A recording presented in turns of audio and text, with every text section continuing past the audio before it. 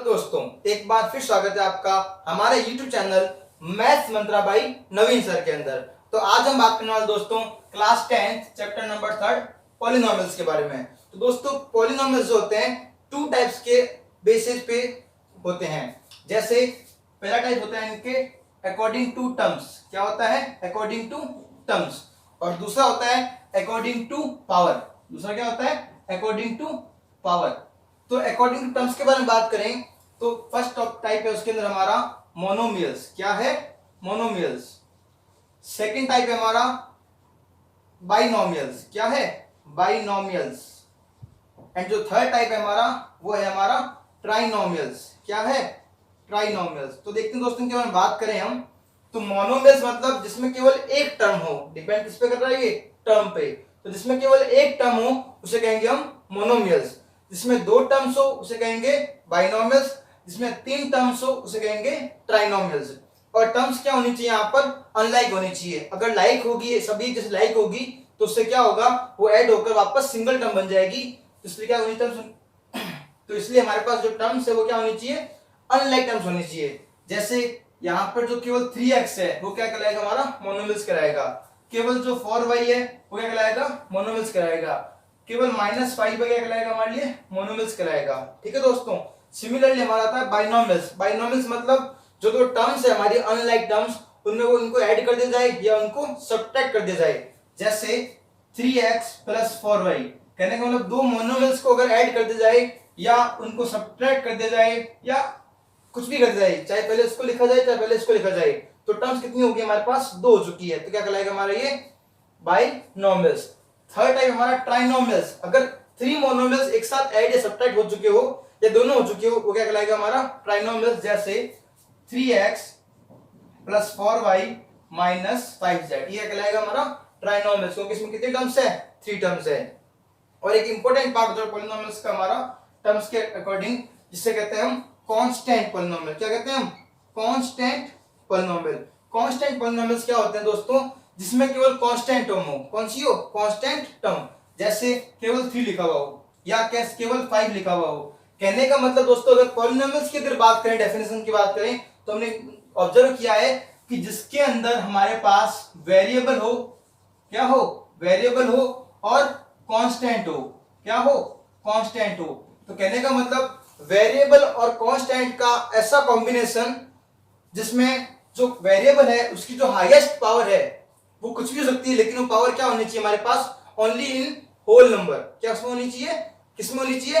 Whole number में होनी चाहिए। तो देखिए दोस्तों इसकी पावर कितनी है? 1 है। इसकी पावर भी कितनी है? 1 है। सब क्या कहलाएंगे? हमारे होल नंबर में कहलाएंगे। तो ये सभी क्या हमारे पॉलिनोमियल्स। तो मैंने कहा इन दोनों का क्या होना चाहिए? कॉम्बिनेशन होना चाहिए। क्या होना चाहिए? कॉम्बिनेशन। तो दोस्तों आपके मन में आएगा सर ये तो कांस्टेंट पॉलिनोमियल है, आपने बोला है 20 को, लेकिन यहाँ पर वेरिएबल तो नहीं आ रहा आपके यहाँ पे, तो क्या आ रहा है? केवल क्या आ रहा है यहाँ पे? केवल और केवल कांस्टेंट आ रहा है। तो कई दोस्तों को पता भी नहीं होगा आखिर वेरिएबल क्या होते हैं और कांस्टेंट क्या होते हैं। दोस्तों इससे पहले हम बात करते हैं इनके वेरिएबल्स की डेफिनेशन के बारे में।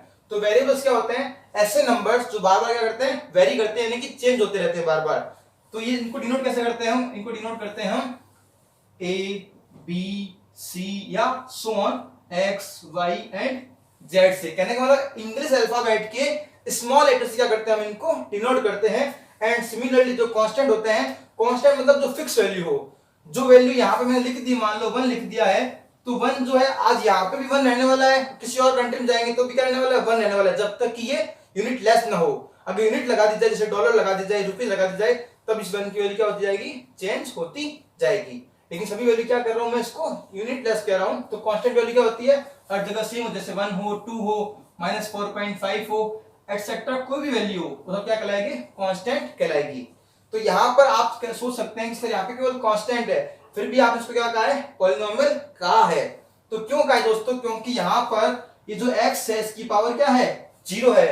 और हमें पता है किसी भी वेरिएबल की पावर अगर 0 होती है तो उसकी वैल्यू क्या होती है? 1 होती है।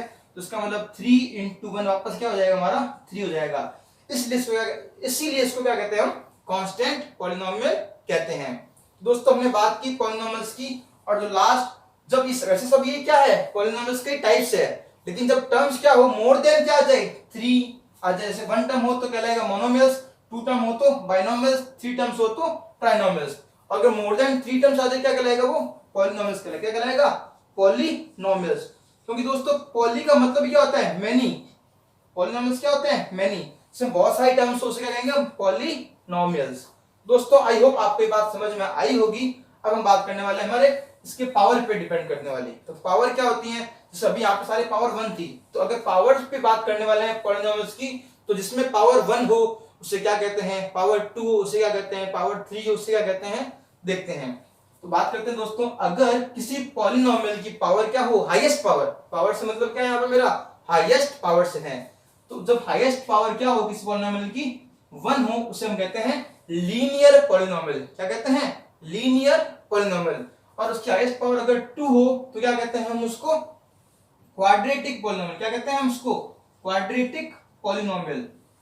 और अगर हाईएस्ट पावर क्या हो, 3 हो, तो क्या कहते हैं हम, क्यूबिक पॉलिनोमियल।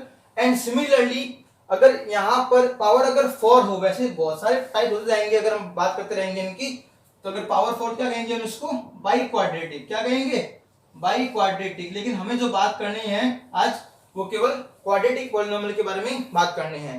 लेकिन इसका छोटी सी जानकारी देना चाहूंगा दोस्तों मैं आपको कि लीनियर पॉलिनोमियल क्या होते हैं, उसे क्यों कहते हैं लीनियर पॉलिनोमियल। लीनियर का मतलब इसके स्टार्टिंग और 4 लेटर्स की बात करें तो क्या आ रहा है, लाइन आ रहा है। तो कहने का मतलब हम इसका ग्राफ ड्रॉ करेंगे तो लाइन बनाएगा। क्या बनाएगा, लाइन बनाएगा। तो देखिए दोस्तों, हम लीनियर की बात करते हैं तो लीनियर की जो जनरल फॉर्म होती है, जो लीनियर पॉलिनोमियल्स होता है हमारा, उसकी जो जनरल फॉर्म होती है वो क्या होती है हमारी, ax प्लस बी होती है। क्या होती है, ax प्लस बी होती है। और यहाँ पर स्पेशल बात बताना चाहता हूं आपको कि यहाँ पर जो a है वो कभी भी क्या नहीं होना चाहिए, 0 नहीं होना चाहिए। क्या नहीं होना चाहिए, 0 नहीं होना चाहिए। क्यों नहीं होना चाहिए, आपके मन में आया होगा दोस्तों, क्योंकि जब यहाँ पर a की वैल्यू 0 हो जाएगी तो जो पॉलिनोमियल्स है ये x वाली टर्म्स क्या हो जाएगी, हट जाएगी यहाँ से। तो बचेगा क्या, केवल b। और b क्या यहाँ पर कांस्टेंट है। तो जो पॉलिनोमियल लीनियर था वो क्या बन जाएगा हमारा, कांस्टेंट बन जाएगा। क्या बन जाएगा, कांस्टेंट। सिमिलरली बात करते हैं हम क्वाड्रेटिक की। इसकी जनरल फॉर्म क्या होती है, इसकी जनरल फॉर्म होती है हमारे ax square plus bx plus c होती है। क्या होती है, c। और सिमिलरली सेम वर्क यहाँ भी काम करेगा कि इसकी पावर भी क्या नहीं होनी चाहिए, हमारे a क्या नहीं होना चाहिए, 0 नहीं होना चाहिए। अगर a 0 हो जाएगा तो x स्क्वायर वाली टर्म क्या हो जाएगी, यहाँ से रिमूव हो जाएगी। बचेगा कौन सी टर्म, bx प्लस c, जो वापस क्या बन जाएगा, लीनियर बन जाएगा। And so on. क्यूबिक की क्या होगी हमारे पास, ax cube plus bx square plus cx plus d। And so on. Similarly same क्या हो गया यहाँ पर, a यहाँ पर भी क्या नहीं होना चाहिए, 0 नहीं होना चाहिए। तो दोस्तों आपके लिए है ये कि यहाँ पर बाई क्वाड्रेटिक की जनरल फॉर्म क्या होगी, आप हमें इसको क्या बताओगे, कमेंट बॉक्स में इसका आंसर जरूर देना कि इसकी जनरल फॉर्म क्या होने वाली है। तो दोस्तों समझ में आ गया होगा कि यहाँ पर a जो है 0 नहीं होना चाहिए। और क्यों नहीं होना चाहिए, क्योंकि जैसे यहाँ पर 0 होगा वो इक्वेशन, वो जो पॉलिनोमियल से हमारा क्यूबिक ना होकर क्या बन जाएगा, क्वाड्रेटिक बन जाएगा। बाकी यहाँ पर b, c और 0 हो सकते हैं। अब हम बात करें दोस्तों हमारे एक इंपॉर्टेंट पार्ट की, आगे चलते हैं जीरोस के बारे में। तो जीरोस ऑफ ए पॉलिनोमियल्स क्या होता है, तो देखिए दोस्तों जीरोस ऑफ ए पॉलिनोमियल। तो बात करते हैं जीरोस ऑफ अ पॉलिनोमियल। तो पॉलिनोमियल का जो 0 होता है दोस्तों वो क्या होता है, जो पॉलिनोमियल्स के जो जीरोस होते हैं, पॉलिनोमियल की बात करेंगे केवल दोस्तों, तो जीरोस ऑफ अ पॉलिनोमियल। तो देखो नाम से स्पष्ट है, जीरोस कहने का मतलब एक ऐसी वैल्यू, किसी पॉलिनोमियल की एक ऐसी वैल्यू जो उस पॉलिनोमियल में अगर हम पुट कर दें और पूरा पॉलिनोमियल क्या हो जाए, 0 हो जाए, क्या कहलाएगा हमारा, उसका जीरोस कहलाएगा।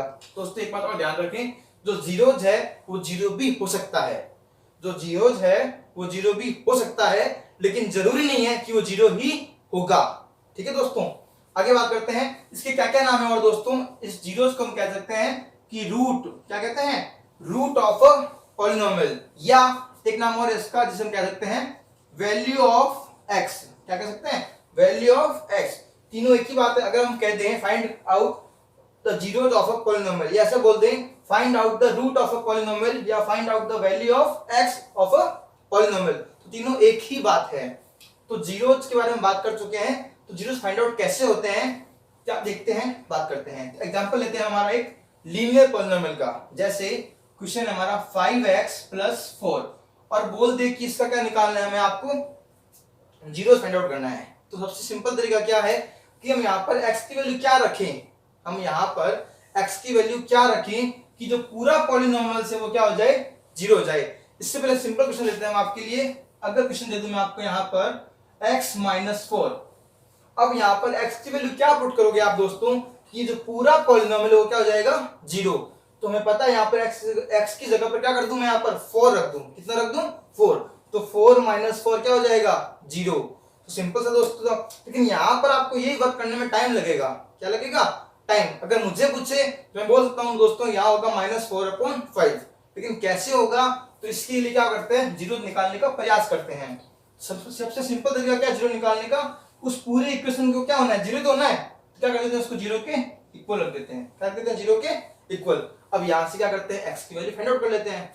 तो यहाँ पे x सिंगल है, सिंगल टर्म है, ये -4 को क्या करेंगे, उधर भेज देंगे। तो ये सब्स्टिट्यूट होकर क्या बन जाएगा, +4, और x की वैल्यू क्या आ गई हमारे पास, 4। यू कैन चेक, यहाँ पुट करें 4 -4 क्या हो जाएगा, 0। तो सेम वर्क हमें क्या करना है, यहाँ पर भी करना है। क्या करेंगे, इसको 0 के इक्वल पुट कर देंगे। कि जो प्लस का 4 क्या हो जाएगा, -4। तो 5x = क्या बन जाएगा, -4।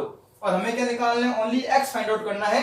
तो हमें एक बात और ध्यान रखें दोस्तों कि जब एक कांस्टेंट हो और एक वेरिएबल हो, उन दोनों के बीच में अगर कोई भी साइन नहीं हो तो उसका मतलब क्या होता है, मल्टीप्लाई का साइन वहां पर है, प्रोडक्ट वहां पर हो चुका है। तो ये मल्टीप्लाई में था, अगर इसको सब्स्टिट्यूट करते हैं तो कहां जाएगा, डिवाइड में। तो क्या बन जाएगा, -4/5। अब आप चेक भी कर सकते हैं कि सच में क्या इसका जीरोस है या नहीं। चेक करके दिखा दोस्तों, मैं इसको चेक करके दिखाता हूं आपको। यहाँ पर 5 एज इट इज, जब वैल्यू पुट कर रहे हैं तो किसमें लिखेंगे, वैल्यू को ब्रैकेट में रखेंगे। तो -4/5 प्लस ये 4 एज इट इज, 5 से 5 कैंसल, क्या बचेगा, -4 + 4 क्या हो जाएगा, 0। तो एक बात और दोस्तों यहाँ पे थोड़ा स्टार लगा के नोट कीजिए कि जब भी वैल्यू माइनस में और प्लस में हो और हम उसको कैंसिल आउट करते हो तो उसकी वैल्यू क्या आती है, 0 आती है। और वैल्यू अगर मल्टीप्लाई डिवाइड में हो, सेम वैल्यू हो, और फिर भी अगर हम कैंसिलेशन कर रहे हैं, कैंसिलेशन, तो उसकी वैल्यू क्या आएगी, हमेशा 1 आएगी। क्या आएगी, 1। और एक बात और सिखाता हूं दोस्तों यहाँ पर कि जीरो कितने निकलेंगे किसी पॉलिनोमियल्स के, जो पॉलिनोमियल हमें गिवन है उसके हाईएस्ट जीरो कितने निकलेंगे, इसका पता लगाने के लिए उस जीरो की जितनी हाईएस्ट पावर होती है उस पर ध्यान देते हैं। तो देखते हैं दोस्तों, तो यहाँ पर इसकी जीरो कितने निकले, 1 निकला। यहाँ कितने निकले, केवल 1 और 1 निकला। क्यों निकला, क्योंकि इसकी जो हाईएस्ट पावर थी, जो वेरिएबल की जो हाईएस्ट पावर थी वो क्या थी, कुछ नहीं, मतलब क्या होता है, 1। सबका मालिक 1। सिमिलरली यहाँ पे भी क्या होगा, 1।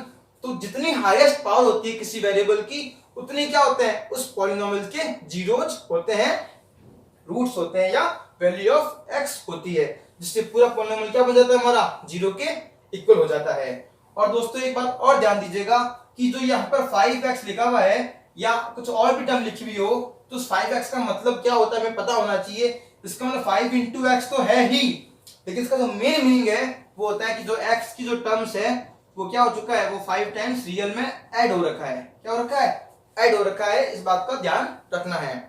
तो दोस्तों सिमिलरली हम बात करते हैं हमारे आगे की एक और इक्वेशन की, एक और जीरो निकालने की। तो दोस्तों अगर हमारे पास इक्वेशन ऐसी हो x² + 5x + 6, तो पहले तो आप मुझे ये बताओ कि इसके अंदर कितने जीरोज होंगे, इस पॉलिनोमियल के कितने जीरोज होंगे। तो बताइए कैसे कितने जीरो होंगे। सिंपल तरीका वही सेम, जितनी हाईएस्ट पावर हो कितनी है, 2। तो जीरोज कितने होंगे इसके, 2 होंगे। तो सबसे पहले तरीका क्या है, हमें जब इसके हमें क्या निकालने हो, जीरोज निकालने हो, तो क्या करेंगे, इसको क्या कर देंगे, 0 के इक्वल कर देंगे। क्या कर देंगे, 0 के इक्वल। दूसरा काम क्या करना है हमें यहाँ पर इसकी जनरल फॉर्म को देखना है। पहले जनरल फॉर्म क्या होती है हमारी इसकी, ax² + bx + c। क्या होती है, ax² + bx + c। तो देखते हैं दोस्तों, हमारा जो a है वो क्या होता है, हमारा x² का कोफिशिएंट। क्या होता है, कोफिशिएंट किसका, x² का। तो हम यहाँ बता सकते हैं कि जो a है वो क्या है हमारा, कोफिशिएंट ऑफ x²। और जो हमारा b है वो क्या है हमारा, कोफिशिएंट ऑफ x। क्या है, कोफिशिएंट ऑफ x। और जो हमारा c है वो c क्या होगा, हमारा कांस्टेंट टर्म। क्या होगा, कांस्टेंट टर्म। दोस्तों आई होप आपको ये बात समझ में आई होगी।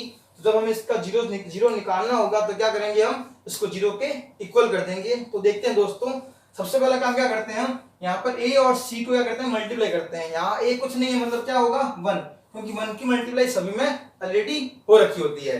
तो हम बात करते हैं दोस्तों इसके जीरोस की। सबसे पहले क्या करेंगे, इस 6 को करेंगे 1 से मल्टीप्लाई, तो 6 1 जा कितना हो गया हमारे पास 6। तो हमें ऐसे दो नंबर फाइंड आउट करने हैं जिनको मल्टीप्लाई करने पर तो क्या है 6 एंड प्लस करने पर क्या है 5। दोस्तों इस क्वेश्चन को हम अच्छे से तब क्लियर करेंगे जब हमारे क्वेश्चन स्टार्ट होंगे विद एक्सरसाइज के साथ। अभी हम इसको शॉर्ट में करते हैं। देखिए दोस्तों क्या होगा, मल्टीप्लाई करने वाला चाहिए 6 और प्लस करने वाला चाहिए 5। तो कैसे करेंगे, x square plus 6 equals to 0। तो हमें क्या करना है, यहाँ पर दो ऐसी टर्म बतानी है जिनको मल्टीप्लाई करने पर आए 6 और प्लस करने पर आए 5। तो कौन है ऐसी, 3 और 2। तो यहाँ लिख देंगे 3 और 2। जो दोस्तों क्वेश्चन हमारे किस टर्म में, x की टर्म में, लिख देंगे x एंड यहाँ पर भी x और प्लस करने पर चाहिए थे तो ये साइन यहाँ कर देंगे एज इट इज प्लस का प्लस। और ब्रैकेट के बाहर अगर प्लस है तो ब्रैकेट जब ओपन करेंगे तब भी क्या आएगा, प्लस ही आने वाला है। यहाँ क्या करता हूँ मैं, यहाँ पर ब्रैकेट ओपन से कोई फर्क नहीं पड़ने वाला, तो मैंने यहाँ ब्रैकेट को हटा दिया है। अब करते हैं स्टार्टिंग के 2 टर्म्स एंड लास्ट के 2 टर्म्स। तो क्या आएगा, x यहाँ देखो दोनों में क्या आ रहा है, कॉमन आ रहा है। क्या आ रहा है, कॉमन। दोस्तों एक बात और ध्यान दीजिएगा कि जो टर्म्स कॉमन का बोलता हूं तो कॉमन का मीनिंग क्या होता है, उस टर्म में जो टर्म, तो कॉमन का मीनिंग क्या होता है, उस टर्म में से जिसको हमने कॉमन लिया है उसका क्या करना, डिवाइड करना। तो यहाँ पे ध्यान दीजिएगा दोस्तों, जब x बाहर आ चुका है, x डिवाइड हो चुका है, तो यहाँ क्या बचेगा हमारे पास, x बचेगा। और सिमिलरली यहाँ क्या बचेगा हमारे पास, 3 बचेगा। एंड यहाँ पर इन दोनों में क्या बचेगा हमारे पास, 2 कॉमन आएगा, तो यहाँ बचेगा x। यहाँ जब 6 में 2 का डिवाइड करेंगे बचेगा 3 इक्वल टू 0। तो दोस्तों ध्यान दीजिएगा, यहाँ पर भी x प्लस 3 है और यहाँ पर भी क्या है, x प्लस 3 है। तो इस x प्लस 3 का करता हूं मैं, क्या लेता हूँ फिर अगेन कॉमन लेता हूं, तो यहाँ क्या बचेगा x प्लस 3 और यहाँ क्या बचेगा सेम, शेष बचेगा x, यहाँ बचेगा 2 और इक्वल टू 0। अब दोस्तों यहाँ पे जो मैं बात बताने जा रहा हूँ उसको विशेष कर ध्यान से सुनिएगा, ये वेरी वेरी वेरी स्टार लगाकर इंपोर्टेंट नोट कर लीजिएगा दोस्तों। तो क्या है बात, सबसे पहले हम क्या करते हैं, हम यहाँ करते हैं कि x प्लस 3 इक्वल टू 0 कर देते हैं। और सिमिलरली यहाँ भी क्या करते हैं, हम x प्लस 2 इक्वल टू 0 कर देते हैं। लेकिन दोस्तों ये काम हम केवल और केवल तभी कर सकते हैं जब यहाँ पर क्या हो, इक्वल में 0 हो, अन्यथा ये काम हम कभी भी नहीं कर सकते। अगर यहाँ पर 1 हो तो नहीं कर सकते, 2 हो या कोई और टर्म हो 0 के अलावा, वहां पर ये काम हम नहीं कर सकते। क्यों दोस्तों, विशेष कर ध्यान से सुनिएगा। बाई चांस मान लो यहाँ पर 10 हो, क्या हो 10, तो इसका मतलब क्या ये पूरी 10 होगी, अगर ये पूरी 10 होगी तो इसको कितना होना पड़ेगा, 1 होना पड़ेगा, तब 10 1 कितना हो जाएगा, 10 हो जाएगा। दोस्तों इस बातों का विशेष ध्यान रखें कि जब 0 कर रहे हो वो केवल और केवल तभी करना है जब यहाँ पर क्या हो, 0 हो। तो इसका मतलब 0 क्यों कर रहे हैं कि या तो ये टर्म 0 होगी तभी पूरी इक्वेशन क्या बन जाएगी, हमारी पूरा पॉलिनोमियल क्या बन जाएगा 0, या फिर ये 0 तो ये पूरा क्या बन जाएगा 0। इसलिए क्या करते हैं हम इसको अलग अलग 0 के रूप में लिखते हैं। तो यहाँ पर x क्या आ जाएगा हमारा, जो प्लस 3 क्या हो जाएगा इधर आकर -3 एंड सिमिलरली यहाँ +2 क्या बन जाएगा हमारा -2 बन जाएगा। दोस्तों हमने अभी तक आपको सीखा है कि जीरोस क्या होते हैं, कैसे फाइंड आउट करते हैं, और इंपॉर्टेंट बात अभी हमने देखा इसकी हाईएस्ट पावर कितनी थी 2, तो कितने जीरो निकलने चाहिए थे हमारे 2, कौन कौन से, एक तो आ गया -3 और एक आ गया -2। तो हम इसको अगर वैल्यू को पुट करें इस पूरी इक्वेशन के अंदर तो जो पूरा पॉलिनोमियल से वो क्या हो जाएगा हमारा 0 हो जाएगा। तो थैंक यू दोस्तों, आप बताइएगा हमें कमेंट बॉक्स में करके कि आपको हमारा वीडियो कैसा लगा। अगले टॉपिक में हम अगले वीडियो में बात करने वाले हैं कि जो ये पॉलिनोमियल्स के जीरोस होते हैं, क्या होते हैं पॉलिनोमियल्स के जीरोस, और ये जो कोफिशिएंट होते हैं हमारे, इनका रिलेशन क्या होता है। तो what is the relation between coefficient and zeros, ये हमारा क्या रहेगा, हमारा नेक्स्ट टॉपिक रहेगा। थैंक यू दोस्तों, have a nice day, stay home, stay safe.